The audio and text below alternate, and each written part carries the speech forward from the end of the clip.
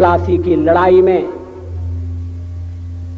जितने लोग मैदान में लड़ रहे थे उससे ज्यादा लोग मैदान के बाहर खड़े होकर तमाशा देख रहे थे, लड़ाई का परिणाम सुनने की प्रतीक्षा कर रहे थे। देश के भाग्य का निर्णय होने जा रहा था, मगर उस निर्णय में सारा देश शामिल नहीं था।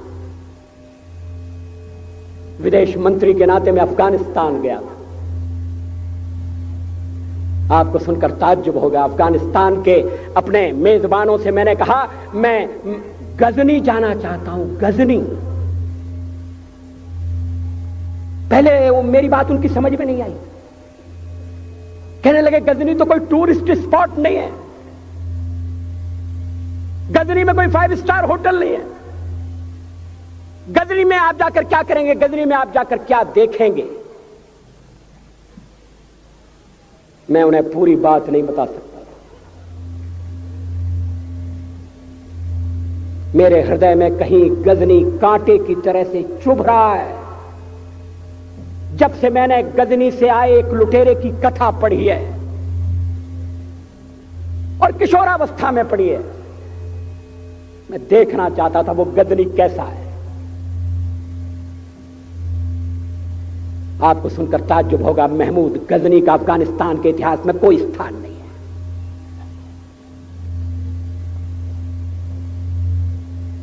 गजनी छोटी सी जगह है, छोटा सा गांव है।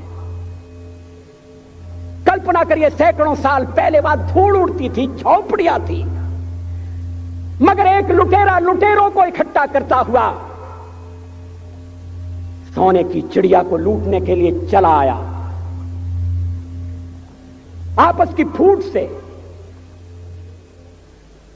जो राजा है वो लड़ेगा, जो क्षत्रिय है वो लड़ेगा। हमने समाज के बहुत बड़े वर्ग को लड़ने के अधिकार से वंचित कर दिया। हमने उन्हें हथियार नहीं उठाने दिए। मार्शल नॉन मार्शल के आधार पर हमने समाज को बांट दिया। वो लुटेरा सोमनाथ के मंदिर तक चला गया। पुजारी देखते रहे। मंदिर की पूजा भक्तों को करना पड़ती है। मंदिर तो एक प्रेरणा का केंद्र है।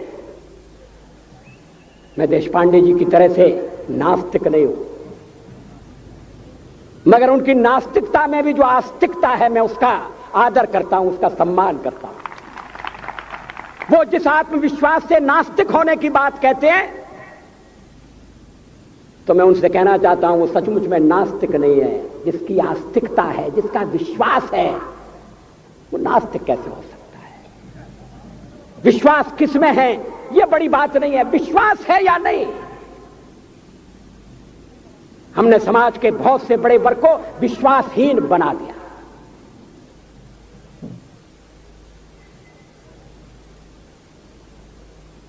लोगों ने हथियार नहीं उठाए, वेद पढ़ने के दरवाजे बंद कर दिए। इसलिए हम पादाक्रांत हुए। अफगानिस्तान में मैंने एक बात और देखी। मुझे जिस होटल में ठहराया गया उसका नाम था कनिष्क। अफगानिस्तान एक मुस्लिम देश है। मुझे बड़ा ताज्जुब हुआ। मैंने कहा कनिष्क यहां कहां से आया? तो मेरे साथ अफगानिस्तान के विदेश मंत्री थे। मैंने कहा कनिष्क आपका कौन लगता है? कनिष्क से आपका क्या संबंध है? कहने लगे कनिष्क हमारा पूर्वज है, कनिष्क हमारा पुरखा है। He was one of our forefathers। मैंने कहा तब तो हमारे आपके पुरखे एक हैं। अफगानिस्तान के लोगों ने उपासना पद्धति बदली है, संस्कृति नहीं बदली। आज के भारत के परिवेश में यह सुनने के बाद थोड़ा विचित्र लगता है। हमारे यहां तो धर्मांतरण के साथ राष्ट्रांतरण होता है, ऐसा दृश्य दिखाई देता है। पड़ोसी देशों में ऐसा नहीं हुआ। अभी राम जन्मभूमि का मामला चल रहा है। एक विदेशी आए, कहने लगे ये राम जन्मभूमि का क्या झगड़ा है? हमने कहा इस पर विवाद हो रहा है कि श्री राम कहां पैदा हुए थे, और जहां पैदा हुए थे वो स्थान उनके मंदिर के लिए प्रयुक्त किया जाए या न किया जाए। वो इंडोनेशिया से आए थे, वो मुसलमान है। कहने लगे हम तो समझते थे कि राम के लिए सारे भारत में आदर होगा, सम्मान होगा। हमने कहा ये आपने कैसे समझा? कहने लगे आप तो इंडोनेशिया आ चुके हैं, इंडोनेशिया में बहुत से लोगों ने इस्लाम स्वीकार कर लिया, मगर श्री राम को विस्मृत नहीं किया, श्री राम को भुलाया नहीं। इंडोनेशिया के बाली द्वीप में 1 महीने रामायण की लीला होती है। मैं उस समारोह में जा चुका हूं। उस समय भी विदेश मंत्री मेरे पास बैठे थे। मैंने कहा ये रामायण ये क्या हो रहा है? मैंने कहा एक्सीलेंसी ये मंच पर क्या हो रहा है?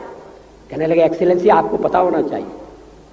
हमने कहा मुझे तो पता है मगर मैं जानना चाहता हूं।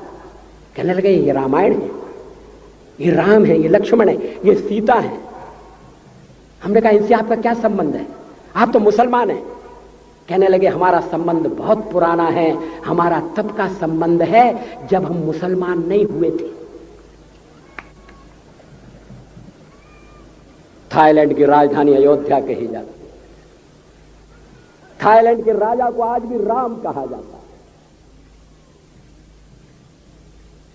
सावरकर जी ने हिंदू राष्ट्र की बात की, हिम्मत के साथ। बुनियादी तौर पर भारत हिंदू राष्ट्र है।